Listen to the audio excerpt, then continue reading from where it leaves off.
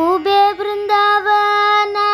जयाचिये द्वारी होय तो श्रीहरि प्रचंतय उबे वृंदावन जयाचिये द्वारी होय तो श्रीहरि प्रचंतय तुलसी चेरोब लाविला जो अणोनी तया चक्रपाणी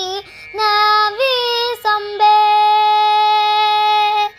तुलसीची कटाक्ष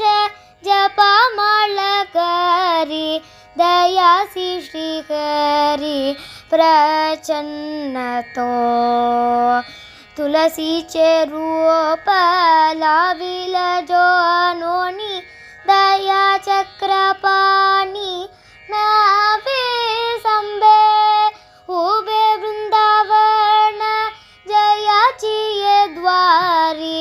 होय तो श्रीहरि